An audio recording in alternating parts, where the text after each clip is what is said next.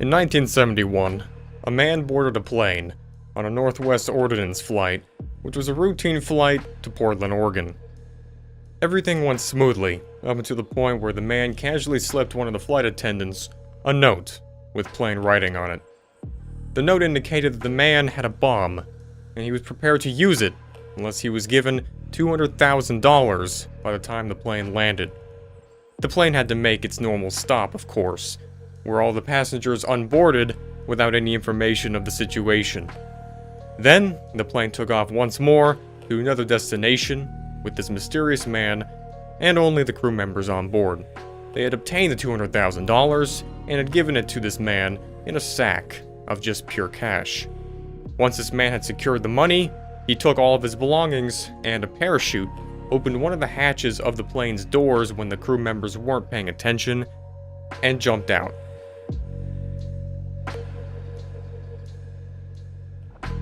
Now, whether or not they thought that they were living in a literal Tom Cruise movie has yet to be determined, because this man was never seen again.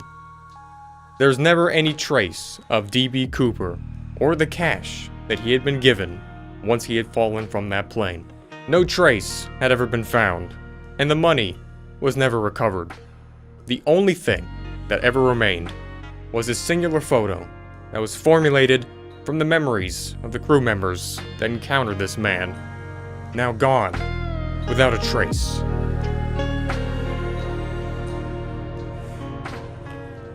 Now, you might come to notice that even though only one of our stories tonight will have anything to do with flying, all of them have something to do with the unknown. Today, we're talking about the most terrifying things people have recorded before disappearing. Now, the first question, which we're already getting off track within the first 5 seconds, which is great. When D.B. Cooper's plane landed and all the passengers got out, why didn't the police just go and storm up in that right there? I'm no expert CT myself in order to know any strategies involved in this type of a situation. They instead just delivered him the money and then retook off to their second destination. Everyone's gone. There's no more threat. There's just this one weird man. Something's not adding up. Every episode seems to have a theme that just naturally presents itself, whether it be through each story having a common correlation, maybe the people experience extremely identical things in identical places, or just plain out all of the details being similar. This time, all of these cases revolve around, you guessed it, Area 51, the most notorious location for conspiracies, mysteries, and one of the most famous places in the country of the United States, and probably even the world. Now, people go missing all the time. Like, it's scary. You don't even realize how often your friendly neighborhood other human just vanishes without a single trace. So much to an extent that entire catalogs have been created in order to document all those that have. One of the most popular ones being Missing 411. Of course, centering around the most rural, unexplored, and most sparsely inhabited regions, national parks, mountain ranges, and the great open wilderness. Multiple people almost every day get added to this list, and these three just happen to be some of which their very final moments before going completely missing were documented for the world to see. So sit back into your reclining gaming chairs. We're getting into it. What would be infamous places like Area 51 if it weren't for the individuals that try to push the limits to see what's actually going on there themselves? And of course, documenting it for the world. Macadventures was a YouTube channel fully dedicated to that. This channel was run by a father and son that covered traveling to unique places that many people never had a chance to get to. Their main goal was to get as close to Area 51 as possible, finding more and more back entrances, all to get as close as possible, and if they were so lucky, get a glimpse of the actual place itself. Because the way Area 51 is set up, you really can't see in from any distance, because the marked borders and only 2 roads in are closed off far from any vantage point. But of course, there's always a back door. Macadventures would document themselves finding new and very hard to traverse trails and roads that would inevitably get them closer and closer to the actual base. At this point, they were beyond any normal border, so to speak, that any normal person was ever supposed to get past. Had they kept going, they would have actually found themselves on the base of Area 51 proper. Unfortunately, due to this, on one of these occasions, they ended up being not so lucky. They filmed a routine video essentially casing the joint, exploring a new path around the mountainous area literally just north of the Area 51 runway. Obviously past the point any normal person is supposed to really go. And out of almost nowhere, they were stopped by what looks like to be some security. They are stopped by this white truck. And these white trucks are actually fairly common for this area. Because you know, Area 51 doesn't have army tanks at every single corner of it. There's actually not even a fence that borders the whole place. You could just walk straight into the land without even knowing about it, and then find yourself being completely screwed. Because the moment that you step foot, these people, the people around the base can, and almost most certainly will, use lethal force. Now this is kind of like an untold rule, which really shouldn't need to be said, which is why this is the way things are. But upon getting stopped by the truck, they of course comply and expect a normal confrontation with some kind of security to tell them to head back. But it becomes quite apparent, very quickly, that they don't seem to be in the mood to be all that friendly.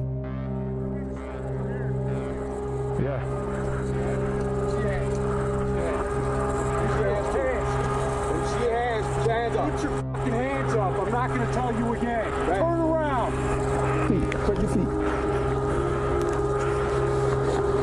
You're going all the way out here. We're just adventure travelers. We're just adventure travelers. Just adventure travelers? Yeah. So of course, this happens, and they're held there, almost at point-blank range, with weapons. And this obviously being the most dangerous situation they've been in. Look, this isn't Mall Cop. They obviously mean business. And at this moment they were just essentially held there, and fortunately not fired upon. But just think about how easy it would have been. There's no one there to know. There's no one there to have ever found them. These people basically just came out of the bushes and hills like Tusken Raiders. This is not a good situation. Not a situation you'd probably have any excuse or reason to find yourself in to begin with. But it would only get worse. Because as if that wasn't enough, they would then be followed by these people in the truck, out of this canyon, and all the way back to where they came from. And this would be the last video ever posted to Macadventures' channel. Where has Macadventures gone?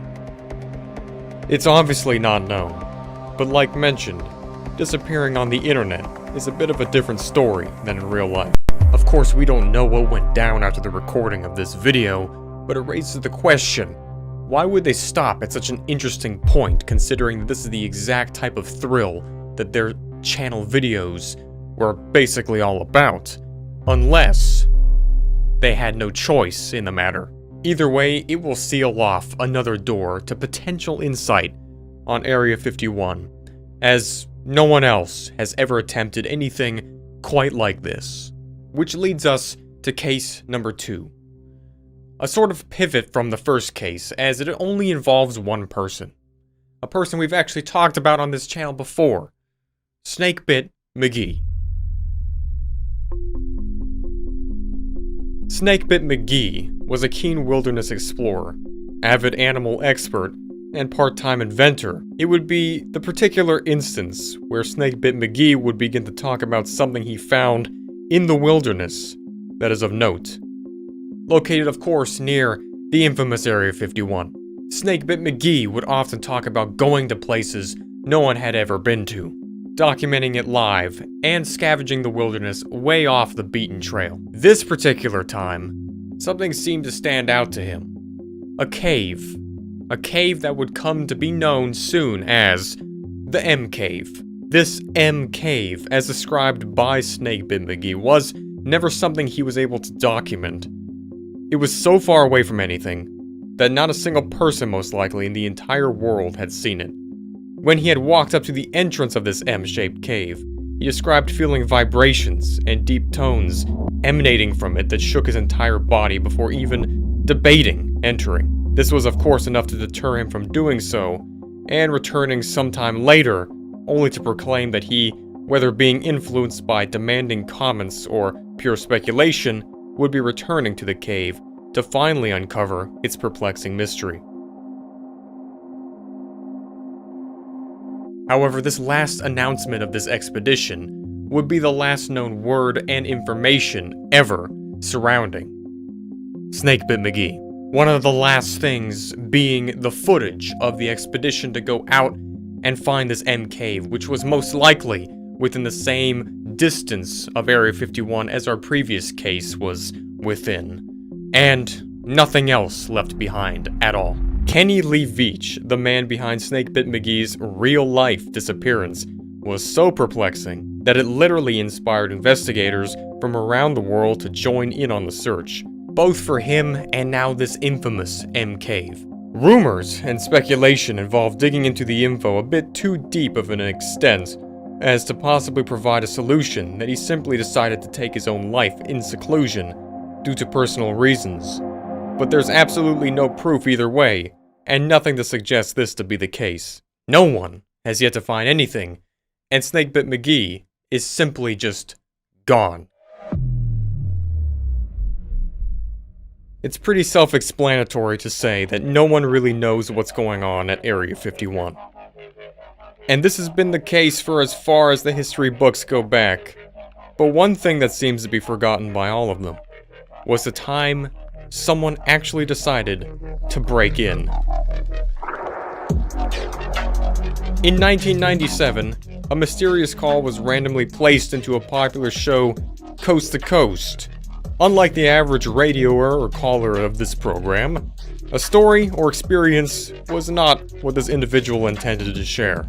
The anonymous person was purportedly calling from his fixed-wing Cessna-style aircraft nearby the general region of Area 51, and opened with a rather avant-garde proposition of infiltrating the base by plane, live on air. Of course, this intention was immediately scrutinized due to the level of unnaturalness of it. However, the caller was adamant. Listen to me. When you fly into that zone, they are going to either force you down or shoot you down. Don't you know that? Over the duration of the call, the man explains his convictions. As an American citizen, we have the right to know what's going on up here at this Area 51. I've been listening to you boys talk about this. Hold on here, I'm taking a turn and just a second here. And I'm going to go on up there and see what's going on. And I just wanted to let you know about that before I do that, don't you know? At certain moments, the pilot argues that his main reason on doing this was so that the world could finally know once and for all what was going on at Area 51. Not only explaining that he himself was ex-Air Force, but also that he knew how bases such as this worked. Everything, of course, continued to go as haphazardly as this type of situation would merit, up to the point where the pilot began to be, as he experienced, pursued by another aircraft. How long have you been planning this? I got this thing down here by 1,000 feet. I've been planning this thing now. I'm right on the deck, not quite on the deck. I'm at 1,000 feet. Boy, they got light bulbs popping up everywhere. I'm telling you, they got searchlights. There's about 4 of them out here. And I've been planning this now for, anywhere from a month to 6 weeks. It took me a while to paint up the plane, because I had to use that Imron. The only thing but stick to this gel coat I got on this thing. This thing's built out of Kevlar and carbon fiber. I got it dressed 8G positive, 10G thick, it's overbuilt. I tell you what, I want to get down here and firm like a little frog that's been stepped on by big dogs when I get down here. In a few minutes here, I'll tell you that. Because I'm not going to... Hey, looks like there's a F-16 coming up here. I wouldn't be surprised. You're making a mistake. He's with somebody down there. He's got some afterburners on because I can see him. He's about 5 miles out. That old boy is cranking. Yes, sir. And I see something opening up here on the ground. I'm pretty low now. I'm starting to pick up all kind of buildings down here.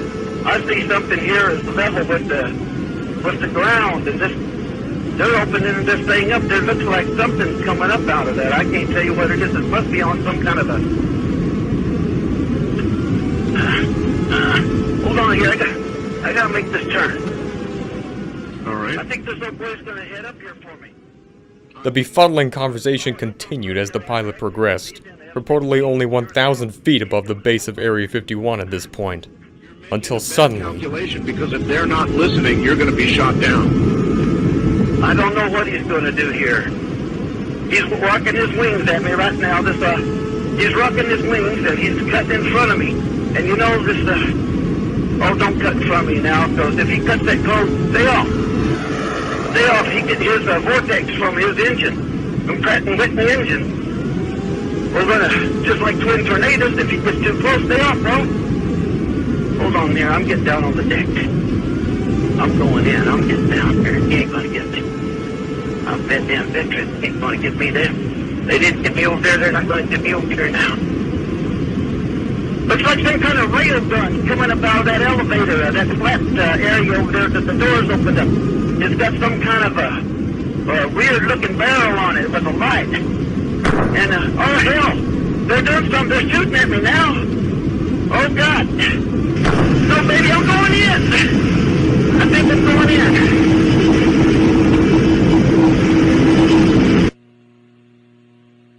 Huh.